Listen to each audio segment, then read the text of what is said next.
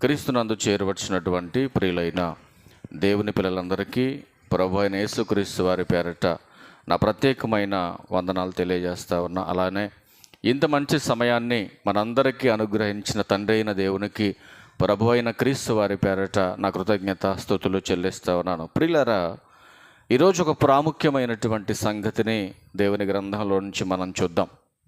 ఎక్కడో లోకంలో అజ్ఞానం అనే చీకట్లో బ్రతుకుతున్నటువంటి ఈ మనుషులను తన కృపచేత ప్రేమ చేత రక్షించి పరిశుద్ధపరచి పరిశుద్ధులుగా ఉండటం కొరకు తన సంఘములోనికి తన ప్రియకుమారుడు యేసుక్రీస్తు వారి ద్వారా మనందరినీ కూడా ఈ సంఘం అనేటటువంటి వాడలోనికి పిలిచినటువంటి దేవుని మహాజ్ఞానానికి తగినట్టుగా బ్రతకవలసిన తన పిల్లలు దేవునిలోకి వచ్చేసిన తర్వాత కూడా ఈ లోక మర్యాదను అనుసరించకూడదు అని బైబిల్ హెచ్చరిస్తూ ఉంది. మరి దేవుని గ్రంథం ఎంత హెచ్చరించినా కొన్ని స్వభావాలు కొన్ని లక్షణాలు క్రైస్తవులని పిలువబడుతున్న వారు ఇంకా ఆచరించటం అనేది చాలా బాధాకరమైన విషయం. ఎందుకంటే బైబిల్ గ్రంథం చెప్పినట్టుగా చేసిన వారే పరిశుద్ధులు, దేవుని వాక్యానుసారమైన బ్రతుకును బ్రతికినటువంటి వారే నీతిమంతులు. అట్లాంటి వారికి మాత్రమే పరలోకం ఇస్తాడు దేవుడు. సంఘానికి వచ్చి సమాజంలో ఉన్నవన్నీ చేసేవాడు దేవుని సంబంధి కాడు. దేవుని మందిరానికి రావచ్చు, పాటలు పాడవచ్చు, వాక్యాలు బోధించవచ్చు, వినొచ్చు, క్రైస్తవులని పిలువబడవచ్చు. కానీ వాక్యానికి విరుద్ధమైన క్రియ ఏది చేసినా నువ్వు లోక సంబంధి అవుతావు, కానీ దేవుని సంబంధివి ఎప్పటికీ కాలేవు. ఇది గమనించవలసినటువంటి అవసరత ఈరోజు క్రైస్తవ సంఘానికి ఉంది. సంఘానికి వెలుపట ఉన్న వారి గురించి నేను మాట్లాడట్లేదు, సంఘములోకి వచ్చిన వారి గురించి నేను మాట్లాడుతున్నా. అది కొంచెం మనసు పెట్టి జాగ్రత్తగా వినాలి. ఈరోజు చాలామందికి అర్థం కాని విషయం ఏంటంటే, ఎక్కువగా ఈరోజు సంఘాలలో మనకు కనపడుతున్నటువంటి బలహీనత ఏంటంటే లోకాచారం. అది చాలా ప్రమాదకరం. వాక్యానికి భిన్నమైనటువంటిది, వాక్యానికి వ్యతిరేకమైనది, దేవునికి నచ్చనిది క్రైస్తవుడనేవాడు చేయటానికి వీల్లేదు. అంటే సంఘానికి వర్తించిందండి, సేవకునికి వర్తించదనుకోమాకండి. క్రైస్తవ కుటుంబంలో ఉన్న ప్రతి ఒక్కరూ బాధ్యత వహించవలసినటువంటి జ్ఞాన సంగతులు చెప్తాను, జాగ్రత్తగా మీరు వినాలి. అది సేవకుడైనా, సంఘ పెద్దలైనా, సంఘమైన ఎవరైనా అందరూ ఒకటే. అందరూ అనుసరించవలసింది వాక్యానికి విరుద్ధంగా ప్రవర్తించడానికి ఎవరికి రైట్స్ లేదు. ఇవాళ బైబిల్ పట్టుకొని తిరిగే ప్రతి ఒక్కడు సేవకుడు కాదు, మీరు మోసపోవద్దు. అది చెప్తున్నాను నేను. ముందు సేవకులను సరిచేయాలి. సరి చేసుకుంటే, ఇప్పుడు డ్రైవర్ బాగుండు అనుకోండి, బస్సులో వెనకాల కూర్చున్న వాళ్ళందరూ సేఫ్టీగా ఉంటారు. ఇప్పుడు డ్రైవరే గుడ్డోడు అనుకోండి, వెనకాల వాళ్ళ కళ్ళు ఉన్న ఉపయోగం లేదు. అర్థమైందా? అంతేనా? ఒక గుడ్డోడు మరొక గుడ్డోడికి దారి చూపించలేడు. అందుకని వాక్య జ్ఞానాన్ని వాడికి ప్రతి ఒక్కడికి నేర్పాలి. ప్రియులారా, గమనించండి, సేవకులకు కూడా చాలామందికి వాక్యములో ఉన్న డెప్త్ అర్థం కాలేదు. అందుకే సేవకుల కుటుంబాన్ని కట్టుకోవటంలోనే వాళ్ళు ఫెయిలు. మరి వాళ్ళ కుటుంబాన్ని వాళ్ళు కట్టుకోలేకపోతే సంఘానికి వచ్చి ఏం కడతారు వీళ్ళు? సంఘానికి వచ్చి ఏం బోధిస్తారు వీళ్ళు? ఆలోచన చేయండి. ఒక మాట అడుగుతాను, తక్క సమాధానం చెప్పాలి మీరు. ఇప్పుడు కొత్తగా ఇల్లు కట్టుకున్న వాళ్ళు ఇంటి ముందు దిష్టి బొమ్మ పెడతారు, తెలుసా మీకు? కొత్తగా ఇల్లు కట్టేవాళ్ళు ఇల్లు స్టార్టింగ్ చేసేటప్పుడు ఆ పిల్లర్స్కి ఒక జుట్టు బొమ్మ కడతారు, అవునా? ఇల్లు కట్టడం అయిపోయిన తర్వాత ఇంట్లోకి వెళ్ళిపోయేటప్పుడు మొత్తలో గుమ్మడికాయ కడతారు, దాని కింద 3 నిమ్మకాయలు కడతారు, ఆ తర్వాత ఎండుమిరపకాయలు ఏదో దరిద్రం అంతా కడతారు. ఎందుకంటే ప్రియులారా, మనిషి ఎక్కువగా వాక్యానికంటే ఎక్కువగా మూఢనమ్మకాలు నమ్ముతాడు, అవునా? బైబిల్ కంటే లోకంలో ఉన్న వాటిని ఎక్కువ నమ్ముతాడు మనిషి. బైబిల్లో ఉన్న సత్యాలు నమ్మడు, బైబిల్లో ఉన్న వాస్తవాలు నమ్మడు. బయట ఉన్నటువంటి విషయాలు, అందులో ఉన్నటువంటి అసలు అర్థం తెలియనటువంటి కొన్ని భావ ప్రకటనలు, ఆచారబద్ధంగా కొనసాగుతున్నటువంటి కొన్ని ఆచారాలను మాత్రం నమ్మి వాటికి బానిసైపోయి తన బ్రతుకును పాడు చేసుకుంటున్నాడు మనిషి అని వాక్యం స్పష్టంగా సెలవిస్తూ ఉంది. ఒకరోజు నేను ఒక అతన్ని క్వశ్చన్ చేశాను. మంగళవారం చనిపోతే కోను గోయమని చెప్పింది ఎవడని అడిగాను నేను. మంగళవారం నాడు చచ్చిపోతే కోను గోయాలంట. మరి నాకెక్కడ కనపడాలి 66 పుస్తకాల్లో. మరి నువ్వు క్రైస్తవుడు అయితే నీకెందుకు లోకంతో పని ఏంటి అసలు నీకు? నువ్వు క్రైస్తవుడు కాకపోతే నీ పనికి మనల పని ఏదైనా చేసుకో. నేను అడిగాను, నేను పాస్టర్ గారిని కూడా దగ్గర పిలిచి అడిగాను, అన్న ఏంది మంగళవారం చచ్చిపోతే కోణు కోయటం నువ్వు ఎందుకు ఒప్పుకున్నావు అన్న అంటే, ఏదో ఒకటి సావని తమ్ముడు, మనం చెప్పిన ఇన్ని సావరు మంద అన్నట్టు. ఇప్పుడు నేను అడిగాను, పెద్ద మనిషిని పిలిచా, పెద్ద మనిషి గోయమన్నాడు, పెద్ద మనిషి చెప్పాడని ఇంటోడు అన్నాడు. ఇంటోడు ఆయన బాధలో ఉన్నాడు కాబట్టి ఆయన పక్కన పెట్టేశాను. ఈయన పిలిచాను, నేను పెద్ద మనిషిని పిలిచి, ఏం బాబాయ్ ఏంటిది, ఏం జరుగుతుంది ఇక్కడ అని అడిగితే ఆయన అన్నాడు కదా, అబ్బో ఇది ఎప్పటి నుంచో వస్తున్నది అన్నాడు. ఇలా చేయటం వల్ల ఏంటి లాభం చెప్పు అని అడిగాను. నేను అడిగితే అవన్నీ మాకు తెలియదండి, ఇక మేము ఇలా చేయటమే అన్నాడు. అంటే అందులో ఏముందో నీకు తెలియదా? తెలియదు అంతే. ఇంకా తెలియకుండా తప్పు చేస్తావా? తప్పు మాకు తెలియదు అంతే. మా మొత్తాత చేశాడు, ఆడ తాత చేశాడు, నేను చేయాలి, నా కొడుకు చేయాలి, ఆడ తర్వాత ఆడు చేయాలా, ఇంకంతే. ఇది దేవుని వాక్యానుసారమా కాదా అన్న ఆలోచన జ్ఞానం ఒకప్పుడు అజ్ఞానంగా చదువులేని వాడు చేశాడంటే కొంచెం అర్థం ఉంది. ఈరోజు చదువుకున్నటువంటి వారు కూడా మూఢనమ్మకాల ముసుగులో మలినమైపోతున్నటువంటి రోజు భక్తుల బ్రతుకు. అసలు వాక్యం ఏం చెబుతుందో అర్థం చేసుకోలేనటువంటి అజ్ఞానంలో ఈరోజు చదువుకున్న వాళ్ళు కూడా నాశనానికి వెళ్ళిపోతున్నారు. ఇవాళ ఒక చిన్న మాట చదువుకుని ముందుకెళ్ళే ప్రయత్నం చేద్దాం. ఈ చెప్పే మాట మీరు జాగ్రత్తగా ఆలోచించాలి. కొరింథీయులకు రాసిన మొదటి పత్రిక, అపోస్తుడైన పౌలు గారు ఆయన ఈ 14 పత్రికలు రాస్తూ ప్రియులారా ఎంత తపన పడ్డాడో సంఘాలను గూర్చి, భవిష్యత్తును గూర్చి ఎన్ని విలువైన సంగతులు మాట్లాడాడో, ఆ సంఘాలలో ఉన్నటువంటి లోపాలు ఏంటో మీరు జాగ్రత్తగా చూడగలిగితే, కొరింథీయులకు రాసిన మొదటి పత్రిక 2వ అధ్యాయం 14వ వచనం చూద్దాం ప్రియులారా. జాగ్రత్తగా వినాలి. ప్రకృతి సంబంధి అయిన మనుషుడు దేవుని ఆత్మ విషయములను అంగీకరింపడు. జాగ్రత్తగా వినాలి. ప్రకృతి సంబంధి అంటే ఎవరు? ప్రకృతి సంబంధి అంటే ఎవరు? లోకస్తులు, సంఘస్థులు కాదు వీళ్ళు. కానీ సంఘంలోనే ఉంటారు వీళ్ళు, సంఘానికే వస్తారు వీళ్ళు, సంఘంలో బాప్తీసం పొందుతారు, ప్రభు బలలో పాలు పంపులు పొందుతారు, క్రమం తప్పకుండా మందిరానికి వస్తారు. కానీ వీళ్ళు ఎవరి సంబంధులు? దేవుని సంబంధులు కాదు వీళ్ళు, ప్రకృతి సంబంధులు వీళ్ళు. ఈ ప్రకృతి సంబంధుల గురించి ఏం మాట్లాడుతున్నాడు జాగ్రత్తగా వినండి. అవి అతనికి, చూడండి ఏమంటాడో, అవి అతనికి వెర్రితనముగా ఉన్నవి, అవి ఆత్మానుభావము చేతనే వివేచింపదగును గనుక అతడు వాటిని గ్రహింపచాలడు. ఇప్పుడు నేను చెప్పే సంగతులు కూడా నువ్వు జ్ఞానివైతే నీకు అర్థమవుతుంది. ఈ మాటలో నువ్వు ప్రకృతి సంబంధం అనుకోండి, అంతేలేండి అయ్యగారు అలాగే చెప్తాడు, నా బతుకింతే, నేను ఇలాగే బతుకుతా, ఇది నాకు ఇష్టం. ఇది యాకోబు గారు రాసిన పత్రిక ఎంతమ్మా? మొదటి అధ్యాయము 22లో ఉంటుంది. చూడండి, చాలా జాగ్రత్తగా చూడండి. మీరు వినువారు మాత్రమై ఉండి మిమ్మును మీరు మోసపుచ్చుకొనకుండా వాక్య ప్రకారం ప్రవర్తించువారినై ఉండాలి. ఇప్పుడు నేను చెబుతున్నా, వింటారు, చక్కగా వింటారు. ఇప్పుడు నేను చెప్తే వినేసి ఏం చేస్తున్నారు? వినేసి ప్రకృతి సంబంధులుగా మారిపోతున్నారు. కొన్ని విషయాల్లో వినటానికి వింటున్నారు, కానీ ప్రకృతి సంబంధమైనటువంటి ఆచారాల్లోకి వెళ్ళిపోయి మిమ్మును మీరు మోసపుచ్చుకుంటున్నారు. ఈ మోసపుచ్చుకుంటే ఏమైనా క్వశ్చన్ చేస్తూ అంటున్నారు కదా, ఇది మా ఇష్టం అండి, మేము చేసుకుంటాం, నీకేంటి అంత నొప్పి? మా ఇష్టం, మేము చేసుకుంటాం, అది మా ఇష్టం, అది మేము చేసేసుకుంటాం అంతే. ఇంకా అంటే దేవుని ఇష్టం లేదా? వాక్య ప్రకారం బ్రతకవా అంటే నేను బతకనండి, మాకు అవసరం లేదు, అది మాకు అవసరం లేదు. అది వాక్య ప్రకారం నీ బ్రతుకు లేకపోతే నేను తుడిచేస్తాడంతే భూమి మీద లేకుండా.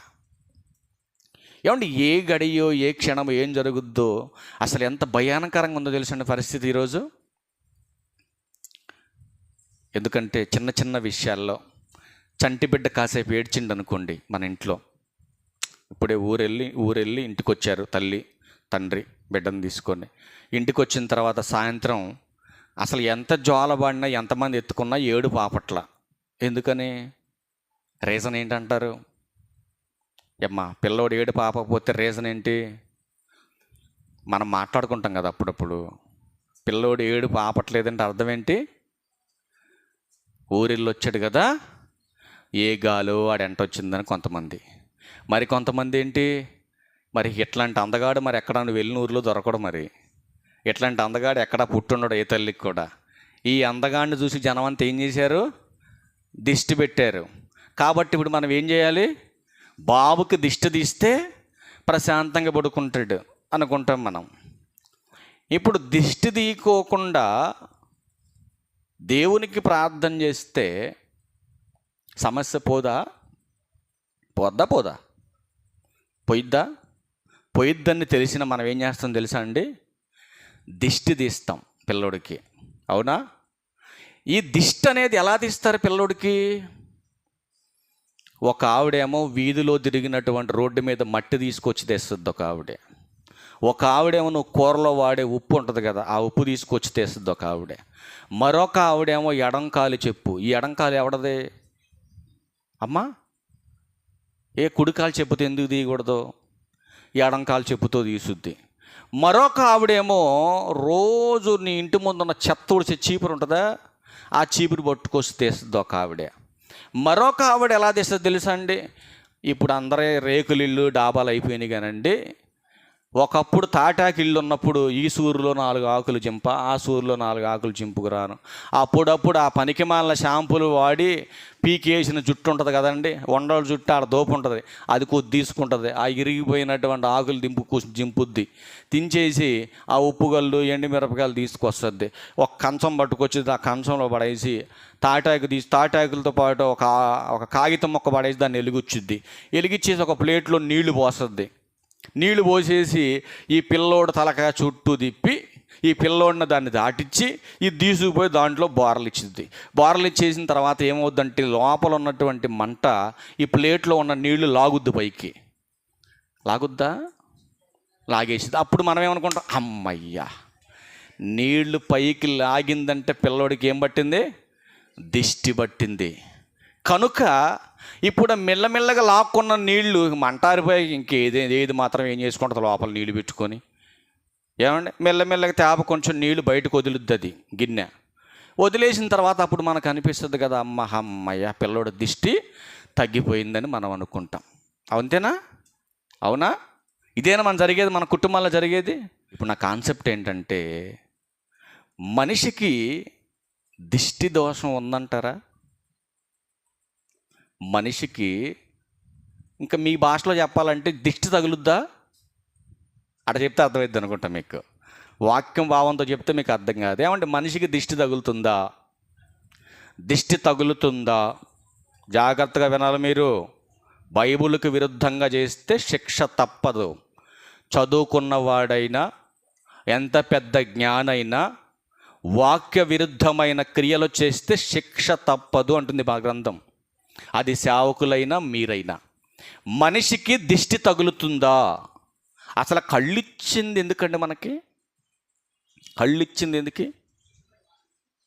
కళ్ళిచ్చింది ఎందుకు? చూడటానికి. మరి ఇచ్చిన దేవుడు కళ్ళ గురించి ఏం మాట్లాడో తెలుసా అండి? నీ కళ్ళు చాలా జాగ్రత్తగా పెట్టుకోమన్నాడు. ఈ కళ్ళు చాలా జాగ్రత్తగా వాడుకోమన్నాడు. నీకు నచ్చినట్టుగా నువ్వు వాడుకుంటే ఈ దేహం అంతా చీకటిమయం అయిపోతుంది అంటున్నాడండి యేసుక్రీస్తు ప్రభువు. చూడండి ఆ మాట, చూడండి ఒకసారి ఆ మాట ఏమంటున్నాడు చూడండి. మత్తయి సువార్త 6వ అధ్యాయం 22వ వచనం చూడండి. నేత్రాల గురించి ఏం మాట్లాడుతున్నాడు ఆయన చూడండి ఒకసారి జాగ్రత్తగా. మత్తయి సువార్త 6వ అధ్యాయం 22వ వచనం నుంచి చూడండి. 22, దేహమునకు దీపము కన్నే గనుక నీ కన్ను తేటగా ఉండిన ఎడల నీ దేహం అంతయు వెలుగుమయమై ఉండును. అంటే నీ కన్ను బాగుంటే నీ బ్రతుకు బాగుంటుంది. అవునా? జాగ్రత్తగా వినాలి. నీ కన్ను బాగుంటే నీ బ్రతుకు బాగుంటుంది. మరి బ్రతుకు పాడవాలంటే కన్ను ఏమైపోయి ఉండాలి? చెడిపోయిందై ఉండాలి. అంటే కన్ను చెడితే బ్రతుకు పాడైపోతుందా? 23 వచ్చిన చూడండి ఏమంటాడు. నీ కన్ను చెడినదైతే నీ దేహం అంతయు చీకటమయమై ఉండును. ఇప్పుడు ఒక మాట చెప్పండి, ఇప్పుడు రోగం నాకు వస్తే మందులు నేనే వేసుకోవాలా మీకు వేయాలా? ఒక మాట అడుగుతా చెప్పండి జాగ్రత్తగా, నా కాన్సెప్ట్ అర్థం చేసుకోండి. ఇప్పుడు రోగం నాకు వచ్చింది, మందులు నా కూతురికి వేసాను అనుకోండి, రోగం తగ్గుద్దా? ఇప్పుడు నా కన్ను చెడిపోతే దిష్టి నాకు తగిలిందని నువ్వు పిచ్చి పిచ్చి పనులు చేస్తుంటే ఇప్పుడు నిన్నేమన్నాను చెప్పు? ఇప్పుడు కన్ను నా చెడిపోయింది, కన్ను నా చెడిపోయింది, ఇప్పుడు చెడిపోయినటువంటి నాకు నష్టం అని దేవుడు చెబుతున్న బైబిల్లో. కానీ నువ్వేమంటున్నావు? అయ్యో ఇప్పుడు ఆయన చూడటం వల్లే నాకు ఈ ప్రాబ్లం వచ్చింది, నాకు నిద్ర పట్టట్లేదు, నాకు వాంతులు అవుతున్నాయి, తలనొప్పి వస్తుంది, తల తిరుగుతుంది, అయ్యో ఒళ్ళంతా వికారంగా ఉంది అని చెప్పేసి కాలు కింద ఉన్నటువంటి మట్టి తెచ్చుకొని తిప్పుకుంటున్నావు, కాలుకు ఉన్నటువంటి చెప్పు తీసుకొచ్చి మెడ చుట్టూ తిప్పుకుంటున్నావు. మరి నిన్నేమనాలి ఇప్పుడు చెప్పు ఒకసారి? బైబిల్ ఏమంటుందంటే, ఎవరి కన్ను చెడితే వాళ్ళకే నష్టం. ఇప్పుడు నేను గంట చూసే మీ వెంక, మీకేమన్నా నష్టమా?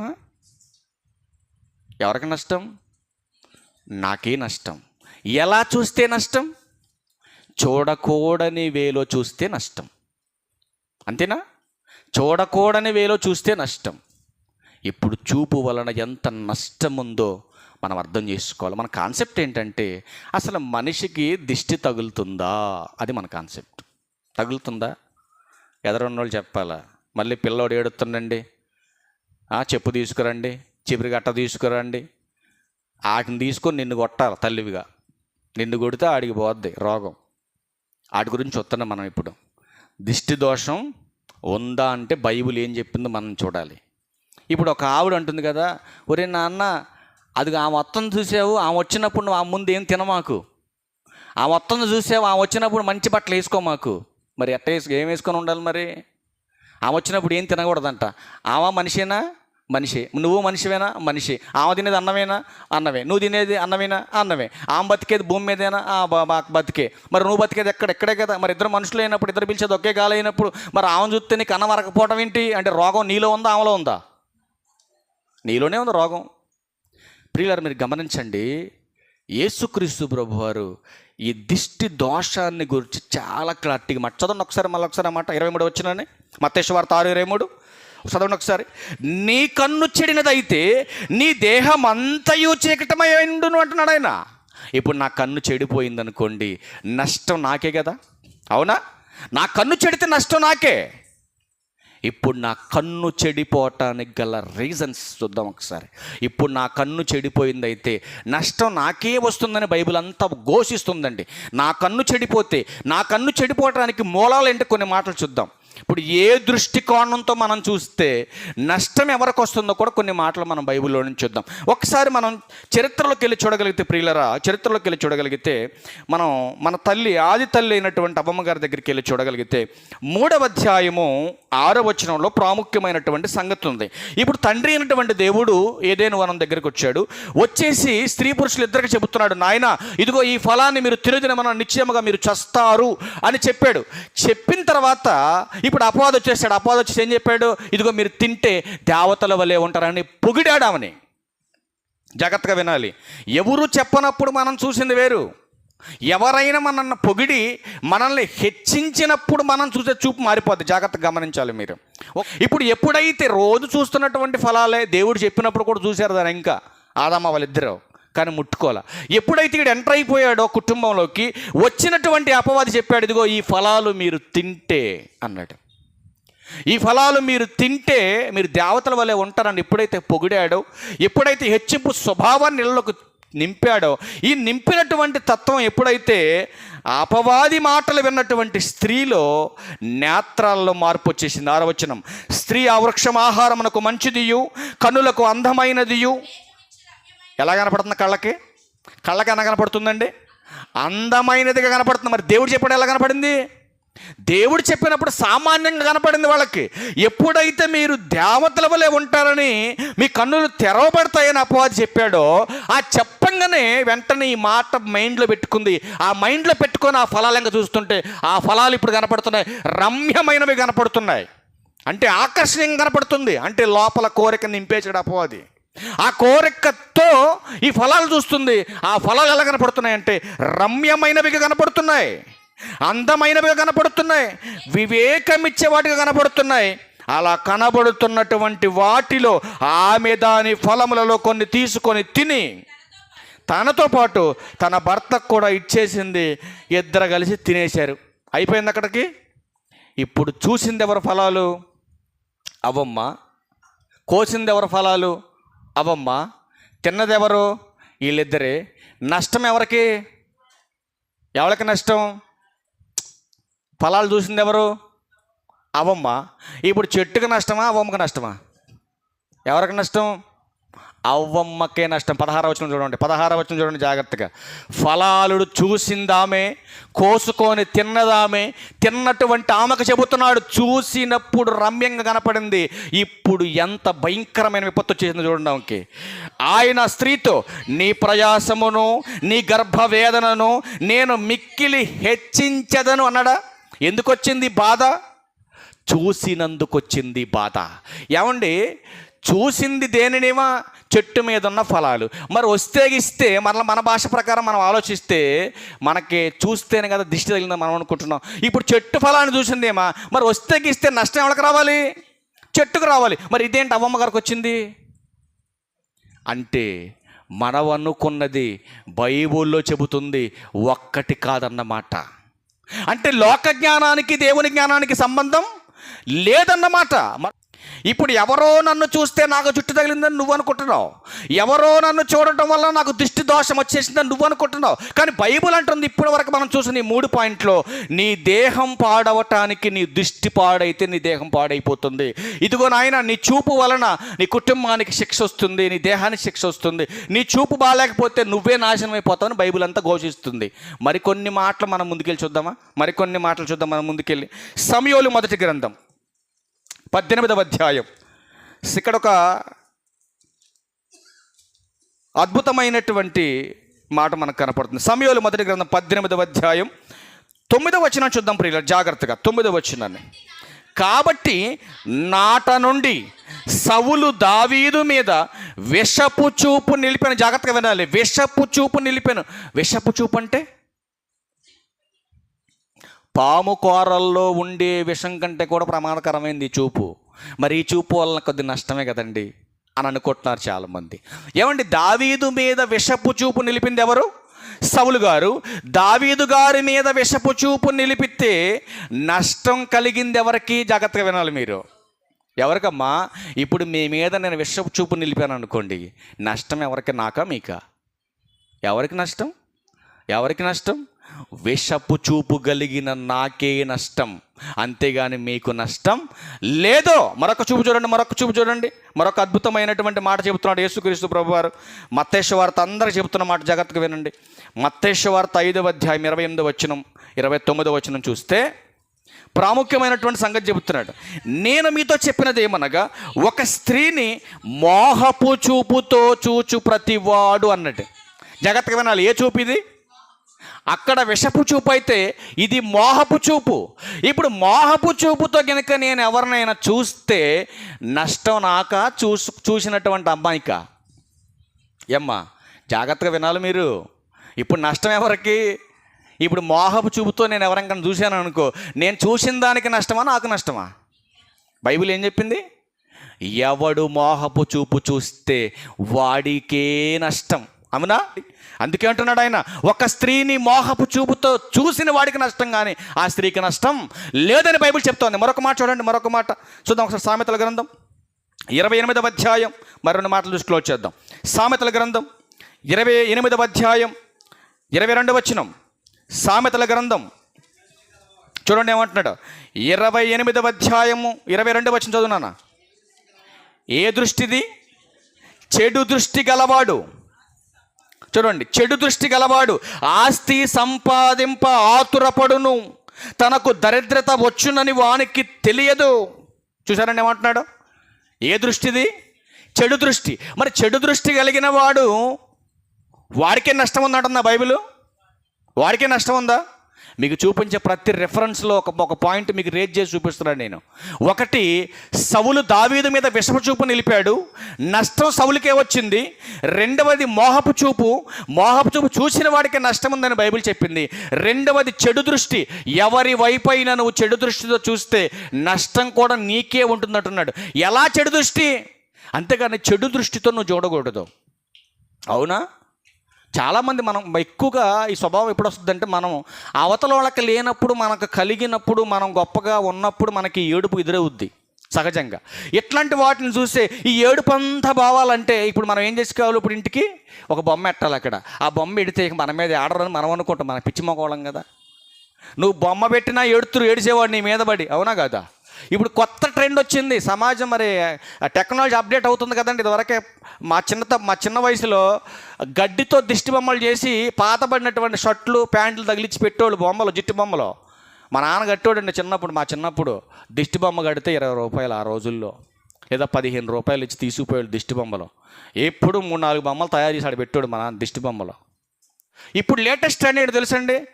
కొన్ని వంగ తోటల దగ్గర, ఏమంటే కొన్ని బెండ తోటల దగ్గర, మళ్ళీ మీ వంకాయలని చెప్పి మీరు ఫీల్ అయ్యారు, మీ గురించి కాదు, బయట చూశాను కాబట్టి చెప్తాను నేను. మొక్కజొన్న తోటల దగ్గర, ఏమంటే బయట కొన్ని పంటల దగ్గర, ఇప్పుడు పత్తి చేల కాడ కూడా పెడుతున్నారండోయ్, పత్తి చేల కాడ కూడా. ఏమంటే పత్తి చేనుకి 10 మంది చూస్తే వచ్చిన నష్టం ఏంటి? దానికి దిష్టి తగులుద్దా పత్తి చేనుకి?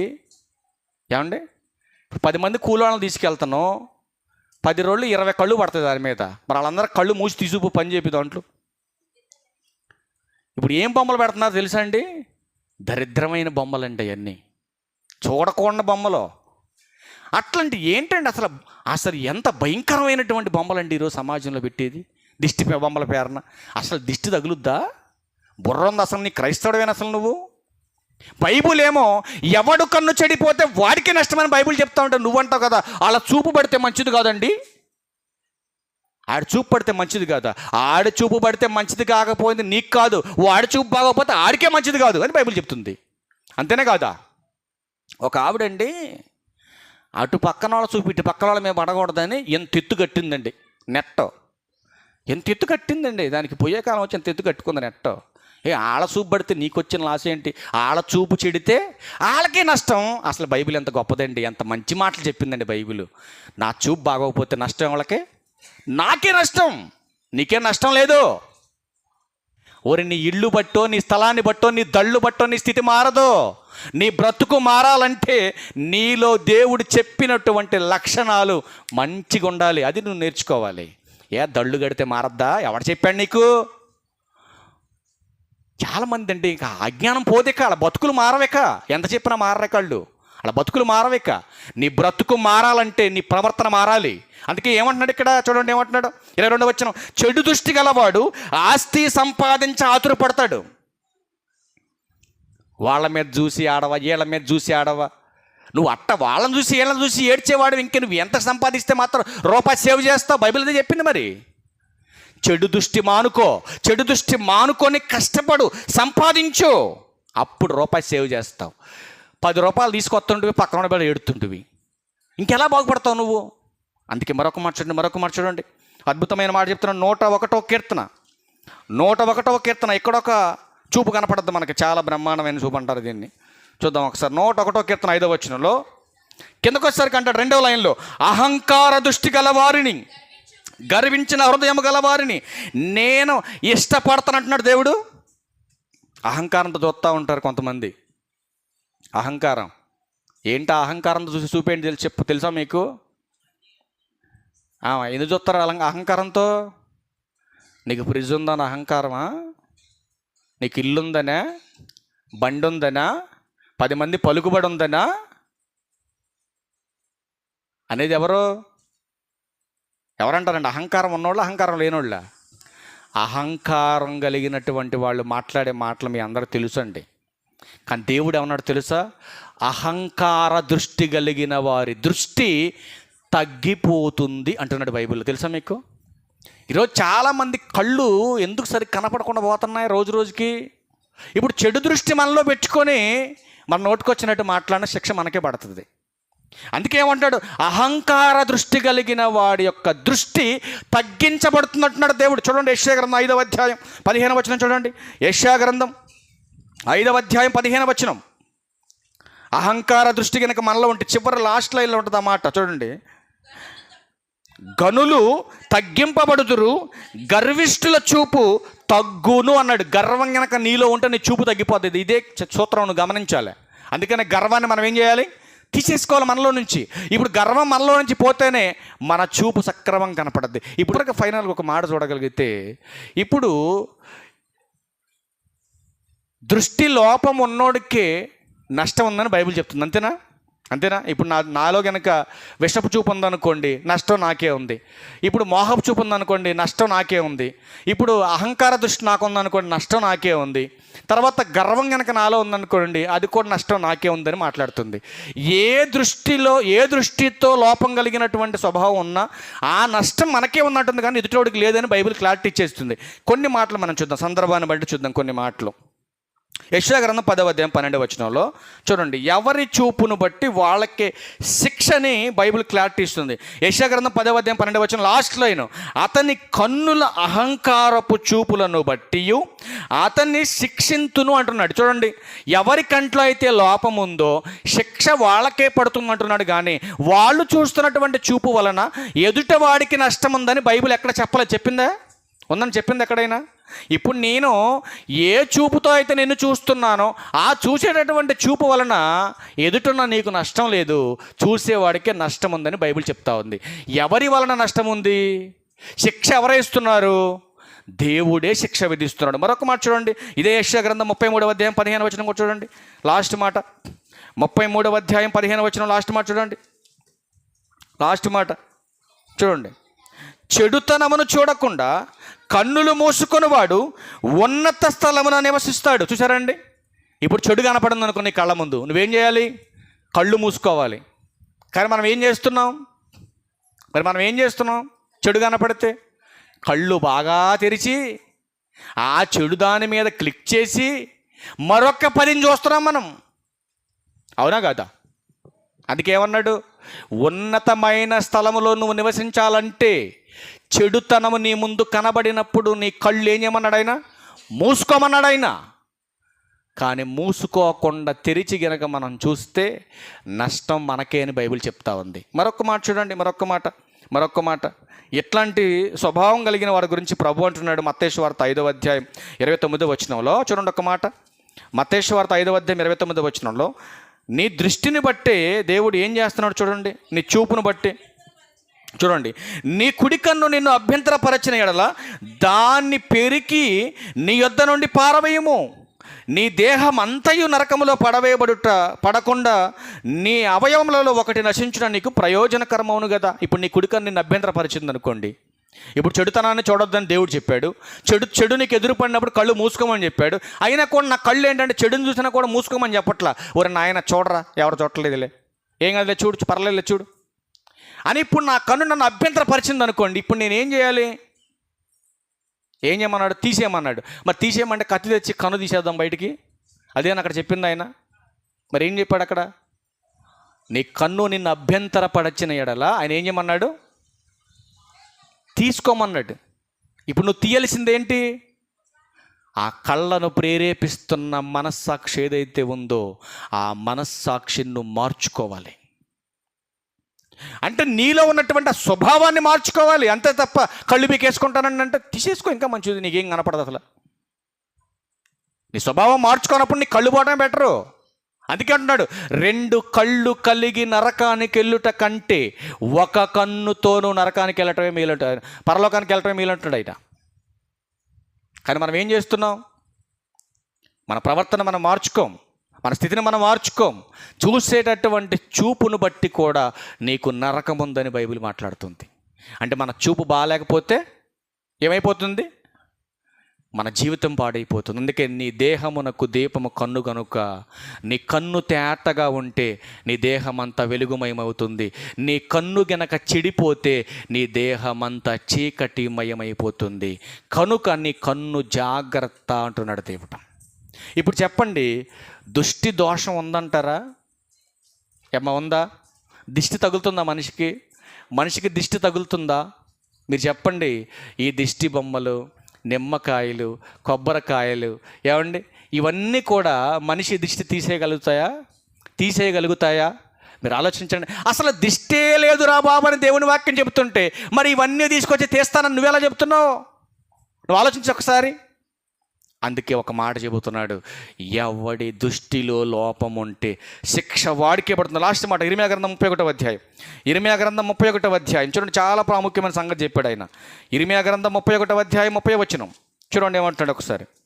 ఇర్మియా గ్రంథం 31వ అధ్యాయం 30వ వచనం, ప్రతి వాడు తన దోషము చేతనే మృతి నొందును. ఇప్పుడు పాపం నేను చేస్తే శిక్ష నా కొడుకు పడుతుందా? మీరు చెప్పాలి. తప్పు నేను చేస్తే శిక్ష ఎవరికి పడుద్ది? తప్పు నేను చేస్తే శిక్ష ఎవరికి పడుతుంది? నాకే పడుతుంది. కింద చిన్న ఎగ్జాంపుల్ చెప్పాడు, ఎవడు ద్రాక్షకాయలు తినో వాని పళ్ళే పులియను. మళ్ళీ ఎందుకు ఎగ్జాంపుల్ చెప్పాడు మీరు ఆలోచించండి. ఇప్పుడు నేను ద్రాక్షకాయలు తింటాను అనుకోండి, మీ పళ్ళన్నీ పులుస్తాయా? పులవు.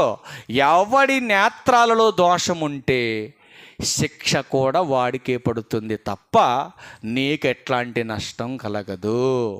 అవునా కాదా? ఇప్పుడు చెప్పండి, ఎఫెసీయులకు రాసిన పత్రిక ఒక్క మాట చూడండి. ఎఫెసీయులకు రాసిన పత్రిక 4వ అధ్యాయం చూడండి, ఏమంటున్నాడు చూడండి జాగ్రత్త పౌలు గారు. ఎఫెసీయులకు రాసిన పత్రిక 4వ అధ్యాయం 17వ వచనం. కాబట్టి అన్యజనులు నడుచుకున్నట్లు మీరిక మీద నడుచుకొనవలదని ప్రభువునందు సాక్ష్యం ఇస్తున్నాను. వాళ్ళకంటే వాక్యం తెలియదు కనుక బయట ఉన్న వాళ్ళకి వాళ్ళు ఇష్టానుసారంగా చేసుకుంటారు. వాళ్ళని చూసి నువ్వెందుకు చేసుకోవటం?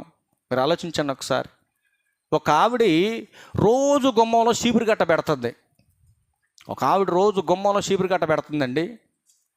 ఒకరోజు అడిగాను నేను, ఏమ్మా ఎందుకు చీపురు గట్ట పెడుతున్నావు? నేను అనుకున్నా కదా ఆ తలుపుకు చిన్న గాడి ఉంది, పాములు గట్ట, కప్పల గట్ట, పురుగులు గట్ట రాకుండా పెట్టిందేమో నేను అనుకున్నా. మరి నాకు తెలియదు ఎందుకు పెట్టిందో చీపురు గట్ట. ఆ చీపురు గట్ట ఆడబెట్టా, నా డౌట్ వచ్చి ఆ చీపురు గట్టని వెళ్ళేటప్పుడు నేను దన్నిన పక్క దాని లోపలికి వెళ్ళి వచ్చేటప్పుడు, ఏం తల్లి చీపురు గట్ట ఏంటి మొత్తం దగ్గరకు అడ్డంగా పెట్టేవేంటి అని అడిగితే అంటుంది కదా, చీపురు గట్ట అడ్డు పెడితే దయ్యాలు లోపలికి రావట. జాగ్రత్తగా చీపురు గట్ట అడ్డం పెడితే దయ్యాలు లోపలికి రావా? కొంచెం ముందుకెళ్ళి చూస్తే ఎడంకాలు చెప్పుకి బైండింగ్ వైర్ బొక్క పెట్టి ఆ వసారులో ఎలాడదీచ్చారు ఎదరా. ఇదేంటమ్మా అంటే ఆమె చెప్తుంది, అన్నయ్య ఇది కడితే దయ్యాలు రావని ఇక్కడ కట్టిన అన్నయ్య చెప్పు అన్నది. చెప్పు ఆడకా తల్లి కట్టాల్సింది నీ మెళ్ళలో కట్టుకోవాలి చెప్పాను నేను. చీపురేమో నీ నడుము కట్టుకో, చెప్పు నీ మెళ్ళలో కట్టుకో. అసలు రాదు, నీకు దగ్గరకు కూడా రాదు నీకు దయ్యం. ఏమంటే దయ్యాన్ని నా బుద్ధి ఆ చీపురు గట్ట ఆ బుద్ధి ఉంది అసలు నీకు? మళ్ళీ ఈ పరిశుద్ధురాలు బుధవారం ఉపవాసం, శుక్రవారం ఉపవాసం, అబ్బో ఆదివారం విపరీతమైన ఆరాధన ఈ పవిత్రురాలు చేసేది. మళ్ళీ ఏమండి వక్రీకరించట్లా, వాక్యంతో మిక్స్ చేయొద్దు అంటున్నాను నేను. ఉంటే పూర్తిగా చల్లగుండు, లేదా దేవుల్లో ఎచ్చగుండు. నులివెచ్చని జీవితం నరకానికి నిన్ను తీసుకెళ్ళిపోతుంది. ఆపుద్దా దయ్యాన్నది? యేసుక్రీస్తు వారికే ఒక్క సెకన, ఒక్క నిమిషమా మొత్తం వావరాలకు ఈ భూగోళం మొత్తం ఒక్క నిమిషంలో తిప్పాడు యేసుక్రీస్తుని. నువ్వు తిరగాలంటే నీకు ఇచ్చిన 70 ఏళ్ళు పూర్తయిపోతే తప్ప నువ్వు తిరగలేవు. మరి ఒక్క నిమిషంలో యేసుక్రీస్తు వారినే తిప్పాడంటే ఆడి పవర్ ఎంతో మీరు ఆలోచించండి. అంటే నువ్వు అనుకుంటావు కదా, అక్కడ రాసుకుంటాను అనమాట, ఏమిటి? ఏ అపాయము రాకుండా యెహోవా, మళ్ళీ మాకు కొటేషన్ రాస్తారు, యెహోవా నా కాపరి. నువ్వు కొటేషన్ రాస్తే అపవాది రావడం లోపలికి. నువ్వు అపవాది బిడ్డవైతే ఆడెందుకు రాడు? మీ తండ్రి రాడు. నువ్వు అపవాది బిడ్డవైతే నువ్వు ఇంట్లో బెడ్రూమ్లో ఉంటే నీ తండ్రి ఆడు వచ్చేస్తాడు, మా కూతురు లోపల ఉందో, నా కొడుకు లోపల ఉండని. అక్కడ కొటేషన్ బాగానే ఉంటుంది, కొటేషన్ లాగానే ఉంటుంది. నీ బతుకు మారకపోతే అపవాదిని ఇంటి వాకిట్లోకి రాకుండా ఆపాలంటే వాక్యం అనే కవచం నీకు కావాలి. మరొక ఆవిడ తలగాడు దిండి కింద పెట్టింది బైబిల్. తలగాడు దిండి కింద బట్టలు మడతేస్తుంటే మేము పక్కన కూర్చొని టీ ఆఫీసర్లు వచ్చినప్పుడు టీ పెడతారు కదండి. అందరి ఇంట్లో ఫ్రిడ్జ్లు ఉన్నాయి, అందరి ఇళ్ళలో పాలు ఉన్నాయి, చక్కగా గ్యాస్ ఉంది. ఇదివరకంటే కట్టెలు వెలిగించి ఊది పెట్టాలి, లేదుగా బాధలు లేవు ఇప్పుడు మనకి. చక్కగా వెలిగించడం పెట్టడం, టీ ఇస్తారు కదా మొత్తలో కూర్చున్నాం మేము ప్రార్థన చేసిపోదామని. ఈలోగా ఏం చేసింది, బట్టలు మడతేస్తుంది అమ్మగారు. బట్టలు మడతేస్తుంటే ఆ దిండి కింద లటక్కన కింద పడింది బైబిల్. తీసి పక్కన పెట్టిన తర్వాత టీ ఇచ్చేటప్పుడు ఒక్క నిమిషం ఆడ ఆగు తెల్లి అన్న నేను. ఆగమని, ఏంటమ్మా రేత్రి ఎన్నిటిదా చదువుకున్నాం బైబిల్ దిండి కింద పెట్టినామని నేను అనేసరికి అంటుంది కదా, అన్నయ్య బైబిల్ చదువుకోవడం కోసం కాదని నేను పెట్టుకుంది, రేత్రి పిచ్చి కళ్ళొస్తాయి నిద్ర పట్టక, అందుకే దిండి కింద పెట్టుకున్న దీన్ని అన్నది. ఏమంటే పిచ్చి కళ్ళు రాకుండా ఉండాలంటే దిండి కింద బైబిల్ పెట్టుకుంటే రాకుండా ఉంటాయా? మరి ఏం చేయాలి దీన్ని? కనుక ప్రియులారా మీరు గమనించండి, వచ్చే ప్రతి విపత్తు నుంచి మనం కాపాడబడాలంటే జాగ్రత్తగా మన వాక్యానుసారంగా బతకాలి. లేదంటే వచ్చే ప్రమాదాన్ని మనం పసిగట్టలేం. కనుక ప్రియులారా గమనించండి, నీకు దిష్టి దోషం ఉందని గనక నువ్వు వాక్య విరుద్ధంగా చేస్తే నష్టపోయేది నువ్వే. ఒక ఆయన ఉన్నాడు కదా, ఒక ఆయన వీళ్ళు ప్రతి ఆదివారం మందిరానికి వెళ్తారండి. ఆదివారం రాత్రి అమావాస్య వచ్చిందంటే వీళ్ళే దిగదూడ్చి తీసుకొచ్చి ఊరు బయట పెడుతున్నారండి. ఇంకా ఈ ఊళ్ళో కొంతమంది ఉన్నారండి అని ఒక ఆయన చెప్పాడు నాకు. నేను చెబుతున్నా, ఇకనైనా నీ బ్రతుకు మార్చుకో. సంఘం ఎదుట చెబుతున్నా, ఇకనైనా నీ బతుకు మార్చుకో. ఒకవేళ ఈసారి కనుక నువ్వు పట్టుకొని ఆడికి వెళ్తే ఇక నువ్వు వెనక్కి రావు. ఇక గుర్తుపెట్టుకో ఈ మాట. నీ కోపం వస్తే వచ్చిందేమో కానీ ఒక కొడుగ్గా, ఒక సేవకుడిగా, ఒక ప్రేమగా చెబుతున్నానని అర్థం చేసుకో. ఇక ఈసారి కనుక నువ్వు పట్టుకొని ఆడికి వెళ్తే ఆ 3 రోడ్ల దగ్గరికి నిన్ను తీసుకురావడం 4 రావాలి. గుర్తుపెట్టుకో ఈ మాట. అర్థమైందా? వాక్య విరుద్ధంగా చేయొద్దు. వాక్య విరుద్ధంగా చేశారంటే మీకు వచ్చేది అన్ని రోగాలే. మీకు కావాలంటే సపరేట్ క్లాస్ చెప్పమని చెప్తా. ఈ ఆచారాల ముసుగులో మనిలమైపోతున్నటువంటి జీవితాలకి వచ్చే రోగాలు ఏమని చెప్పమంటే ప్రత్యేకంగా క్లాస్ చెప్తా. మీ ఇంటికి నన్ను బిలు, నీ ఇంటికాడ కూర్చొని చెప్తా ఈ మాటలన్నీ. వాక్య విరుద్ధంగా చేయొద్దు, దయచేసి చేయొద్దు. ఎందుకంటే మన ఆయుష్, మనం చెప్పాను, మన ఛానల్లో ఉంది, 969 సంవత్సరాలు. అంత జీవితాన్ని ఇచ్చాడు ప్రారంభంలో. ఆ తర్వాత ఎంత ఇచ్చాడు? 120. ఆ తర్వాత ఎంత ఇచ్చాడు? జానడు. ఎంతది? 70 లేక 80. దావీదు గారి కాలానికి బెత్తెడంతా. మరి మన కాలానికి కొంతసేపు కనబడి. అది మన జీవితం, అది మన జీవితం. బారడ జీవితాన్ని కంటికి కనపడకుండా చేసుకుంది ఎవరంటే మనమే. ఈ కంటికి కనబడిన జీవితాన్ని దేవుడు ఏమన్నాడు తెలుసా? నా మాట విని నా మాట ప్రకారం బ్రతికితే అంత చేస్తానడు దేవుడు. మరి అంత చేసుకుందాం మనం, అంత చేసుకోవాలి. మరి చేసుకుంటేనే మనకు జీవితం బ్రతుకుంది. ఇక్కడ కొంతకాలం బ్రతుకుతాం. ఏమండి, 93 ఏళ్ళ చచ్చిపోయాడు. నేను వెళ్ళిన ఆదరణ కొడుకు ఆయన. వాళ్ళ పెద్ద కూతురు ఏమంటుందో తెలుసా? ఊళ్ళో ఎవరు దొరకనట్టు మా నాన్నే తీసుకుపోయింది మాయదారు దేవుడు అని నెడుతున్నా సమాధి కాడ. దాన్ని ఏం చేయాలి చెప్పుండి మీరు? వాక్యం ఎంతమంది అండి? 7 చెప్పిన సేవకులాడ. 7 కూడా కొద్ది నొచ్చుకునే మాటలు నేనే చెప్పినా కూడా ఏం చేశారంటే సిగ్గుసేరం ఉండదు మన క్రైస్తవులకి. పుట్టో ఉందండి, మీకు అబద్ధం చెప్పను నేను. ప్రతిదానికి నేను ప్రూఫ్లు తీసుకొస్తే అక్కడికని పోతే అబద్ధాలు చెప్పను నేను మీకు. చూడండి ఏం చేసింది మహాతల్లి. పుట్టోలు కనపడుతున్నాయి మీకు. పుట్టోల దగ్గర పిండం పెట్టింది వాళ్ళ నాన్నకి. వండినటువంటి ప్రతి పదార్థంలో నుంచి కొంత తీసుకొచ్చి ఆ ఫోటో దగ్గర పెట్టింది. అసలు ఇది క్రైస్తవరాలేనా? మళ్ళీ వీళ్ళ కొడుకు సేవకుడండి. మళ్ళీ మీకు ప్రారంభంలో చెప్పాను కదా, సేవకుల కుటుంబంలో దరిద్రం ఉంటుందని. కూతురు కాలుకి నల్ల తాడు కట్టుకొని వచ్చింది కూతురు. మళ్ళీ ఆ ఎదురుగే కూర్చుంది. మళ్ళీ వచ్చి ఎదురు కూర్చొని నల్లతాడు. నల్లతాడు కట్టుకుంటే క్రైస్తవులకి దిష్టి తగలకుండా ఉంటుందా? ఉన్నారు మన దగ్గర దళంటులు, ధన్యులు ఎవరన్నా దండేద్దాం సాయంత్రం వాళ్ళకి. నల్లతాడు కట్టుకుంటే పోద్దా? దిష్టి పోతే నల్లతాడు కట్టుకుంటే పోదండి. తప్పండి, అది తప్పది. సినిమా వాళ్ళని చూసి, సమాజంలో లోకంలో బ్రతుకుతున్నటువంటి వాళ్ళని చూసి క్రైస్తవులు కూడా అల్లవర్చుకుంటున్నారు. దిష్టి దోషం లేదని బైబిల్ చెప్తా ఉంటే దిష్టి తగులుతుందని నువ్వు కట్టుకుంటున్నావు. నువ్వు జ్ఞానివా అజ్ఞానివా? ఆలోచించి ఒకసారి. ఒక సేవకుడు అయ్యుండి కూతురు కాలికి దిష్టి తాడు కట్టాడు. వెంటనే చెప్పాను నేను, వాక్యం తెలియని ప్రతి ఒక్కడు బాధ చేస్తే ఇలాగే ఉంటుంది. 10 మందిలో అక్కడే చెప్పాను నేను ఇదే మాట. వాక్యం తెలియనటువంటి ప్రతి ఒక్కడు కూడా బైబిల్ పట్టుకోవటం వల్లనే ఈరోజు సంఘాలకు ఇలాంటి భయంకరమైనటువంటి పరిస్థితులు దాపరించుకొచ్చాయి. కాబట్టి నాలంటోడు చెబితే కోపం, ఒక్కొక్కడికి కోపం వచ్చినా పర్లేదు, నువ్వు బాగుండాలి చాలు నాకంతే. కనుక ప్రియులారా, దిష్టి దోషం లేదని బైబిల్ చెప్తుంది. ఒకవేళ ఆ దోషంతో ఎవరైనా ఉంటే వాళ్ళకే నష్టమని బైబిల్ చెప్తా ఉంది. కనుక మనం చేయవలసింది ఏంటంటే నిత్యము దేవునికి ప్రార్థన చేయటం తప్ప ఆచారాల్లోకి వెళ్ళే పరిస్థితి మనం తెచ్చుకోవద్దని ప్రభుపేట మీకు మనవి చేస్తూ ఈ నా మాటలు మీకు అందరికీ వందనాలు.